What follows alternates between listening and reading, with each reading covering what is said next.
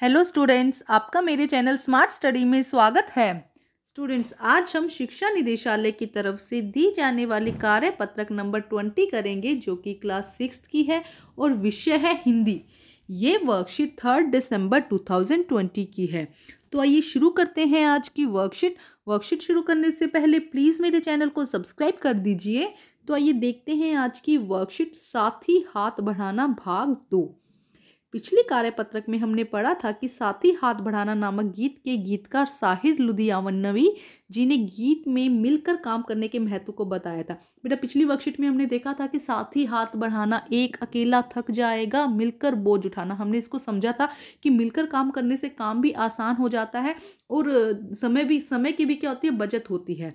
उन्होंने बताया था कि मेहनत करने वालों ने जब मिलकर काम किया तो सागर ने भी उनके लिए रास्ता छोड़ दिया और पहाड़ों ने भी मेहनत करने वालों को अपने आगे माथा झुकाया। तो क्या कह रहे हैं कि उन्होंने हमें कविता में बताया था कि जब मिलकर काम किया जाता है तो सागर ने भी अपना रास्ता छोड़ दिया।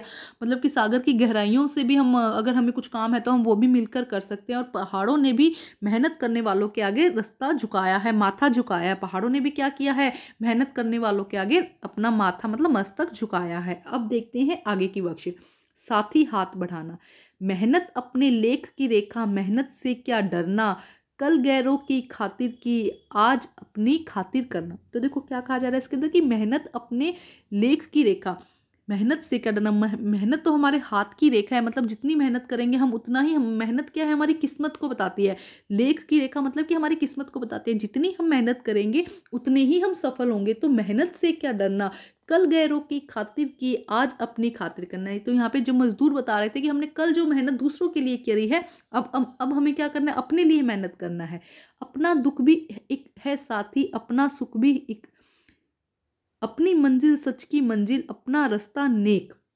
तो देखो क्या कह रहा है कि हमारा दुख भी, हमारा अपना दुख भी है एक साथी, अपना सुख भी एक। वो कह रहा है कि हमारा दुख और सुख हमारे साथ ही हैं। कभी क्या होता है, समय आता है तो किसी न किसी रीजन से दुख आ जाता है, कभी हमारे लिए सुख आ जाता है। तो दुख और सुख क्या है, हमारे एक साथी हैं जो हमें आगे बढ़ने में मदद करते हैं। अपनी मंजिल सच की मंजिल, हमें उस मंजिल पर चलना चाहिए जो हमारी मंजिल है, सच की मंजिल है। मतलब कि अगर सच्चाई और ईमानदारी से कोई भी काम किया जाता है, मेहनत के साथ कोई काम किया जाता है, तो वो क्या होता है, उसमें हम ज़रूर सफल होते हैं। और रास्ता जो है वो नेक और भलाई का रास्ता होता है, जिसमें हम दूसरों की भी मदद कर सकते हैं। साथी हाथ बढ़ाना, एक से एक मिले तो कतरा बन जाता है दरिया, एक से एक मिले जर्रा तो बन जाता है सहरा। तो क्या कह रहे हैं यहाँ पे, कह रहे हैं कि मिलकर एकता के साथ अगर कोई काम किया जाता है, अगर बूंद बूंद से, अगर हम बूंद बूंद को भी इकट्ठा करें तो एक समुंदर बन जाता है। तो क्या कहा जा रहा है कि एक से एक मिले, अगर मिलकर हम कोई भी काम करें तो, क्योंकि एकता में बहुत ताकत होती है, अगर हम मिलकर कोई भी काम करें तो क्या है, वो बहुत आसानी से और बहुत अच्छे तरीके से हो जाता है। जैसे कि बूंद बूंद करने से क्या बन जाता है, दरिया बन जाता है। एक से एक मिले तो राई बन जाती है पर्वत, एक से एक मिले तो इंसान बस में कर ले किस्मत। तो देखो क्या कह रहा है कि अगर एक से एक राई का जो छोटा सा दाना होता है, सरसों का बीज जो राई होता है, अगर वो भी मिल जाए और इकट्ठी हो जाए, कंबाइन हो जाए, तो वो भी क्या एक पर्वत बना सकती है। इसी तरह अगर इंसान सब आपस में मिल जाए तो अपनी किस्मत को अपने हाथ में कर सकते हैं। देखो, मिलने का मतलब है कि मिलकर मेहनत करें तो वो अपनी किस्मत को अपने हाथ में ले सकते हैं, अपने सपने सारे सच कर सकते हैं। साथ ही हाथ बढ़ाना, देखो कितनी अच्छी, मतलब इसमें ये कहा गया है कि देखो एकता में शक्ति है, मिलकर कोई काम करा जाए, घर के लोग मिलकर कोई काम करे और मेहनत के साथ, लगन के साथ, सच्ची ईमानदारी के साथ अगर कोई काम करे तो उसमें आप कभी हार ही नहीं सकते, आपको हमेशा सफलता ही मिलेगी ऐसे कामों में। तो आइए देखते हैं इसके क्वेश्चन आंसर बेटा क्या दिए गए हैं। अपने आसपास तुम किसे साथी मानते हो और क्यों। तो देखो, अपने आसपास में हमारा परिवार ही, सबसे पहले हमारा परिवार और हमारा दोस्त जो है वही हमारे साथी है, जो हमारे दुख सुख में हमारे साथ आते हैं, हमारी मदद करते हैं और जिनकी मदद हम कर सकते हैं।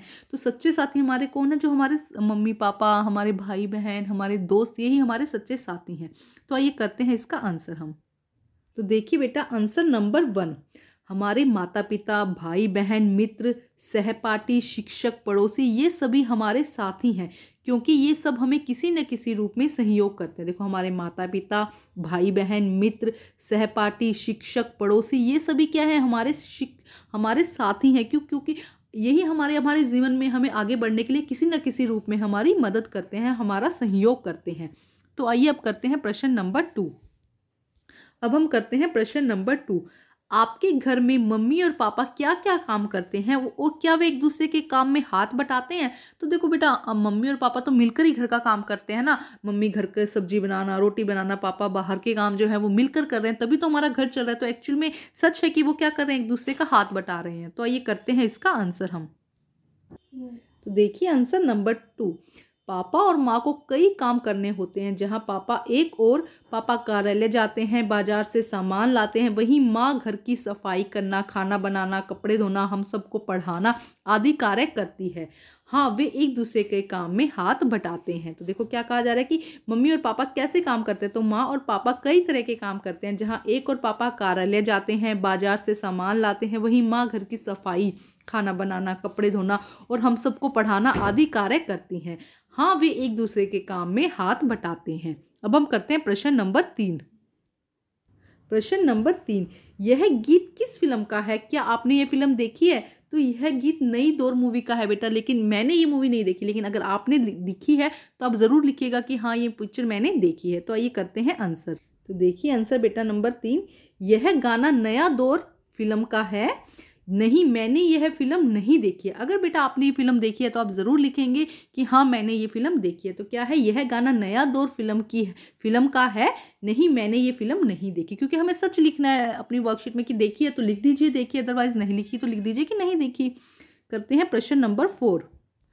प्रश्न नंबर 4, इस गीत की किन पंक्तियों को आपने अपने आसपास की जिंदगी में घटते हुए देख सकते हो? कौन सी ऐसी पंक्तियां? तो देखो बेटा, यही पंक्तियां हैं। मेहनत अपने लेख की रेखा, मेहनत से क्या डरना। तो देखो यहाँ पे ये कितनी प्यारी पंक्ति है। यहाँ पे कह रहे कि भाई मेहनत, हम ऐसा नहीं कह सकते कि किस्मत ऐसा करेगी, किस्मत वैसा करेगी। अगर हम मेहनत करते हैं तो हमारी हाथ की रेखाएं बदल जाएंगी, हमारा किस्मत की रेखा बदल जाएगी।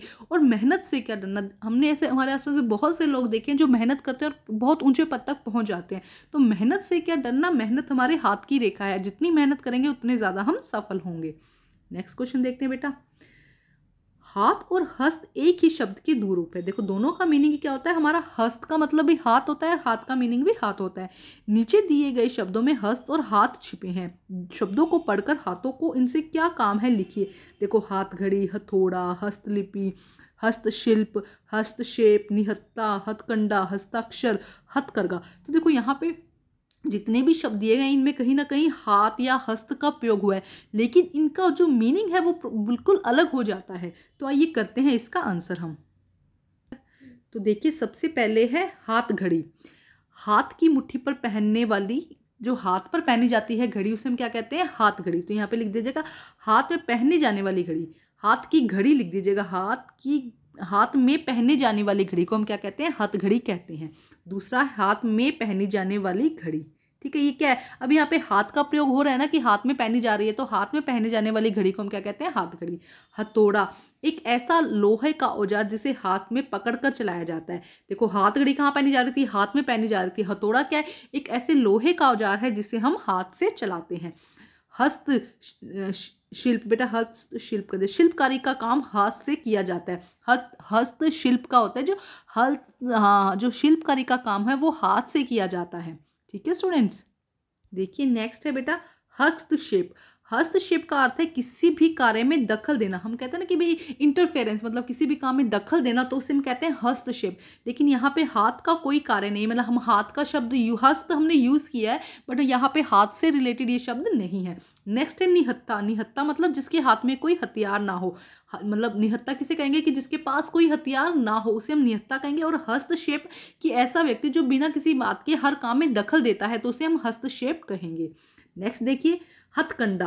हथकंडा मतलब किसी काम को पूरा करने के लिए अनुचित तरीके अपनाने को हम हथकंडा कहते हैं। मतलब कोई काम जो सही नहीं है या अपने काम को पूरा करने के लिए हम कुछ गलत तरीकों का प्रयोग करते हैं, तो उसे हम हथकंडा कहते हैं। इसमें भी हाथ का कहीं प्रयोग नहीं होता, यहाँ पे भी हाथ शब्द का प्रयोग नहीं हुआ है। नेक्स्ट है हस्ताक्षर। हस्ताक्षर करते हुए हाथ से अपना नाम लिखकर सहमति व्यक्त की जाती है। अब देखो जब हस्ताक्षर करते हैं, हम साइन करते हैं, तो अपने हैंड का यूज़ करते हैं, हाथ का यूज़ करते हैं, तो इसका यूज़ हाथ का यूज़ करते हुए अपने नाम लिखकर सहमति व्यक्त की जाती है। नेक्स्ट है हथकरघा।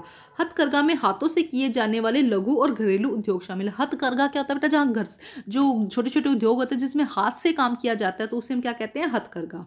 तो देखो बेटा, हमने अभी देखे ये 8 तरह के शब्द हैं जहाँ पे हस्त का प्रयोग हुआ है, लेकिन अलग अलग तरह से। तो इस तरह से आप इसको करके अपनी वर्कशीट कंप्लीट कीजिए। वर्कशीट कंप्लीट करके अपने टीचर से चेक कराइए और प्लीज़ मेरे चैनल को लाइक कीजिए, सब्सक्राइब कीजिए और शेयर कीजिए। Thank you students.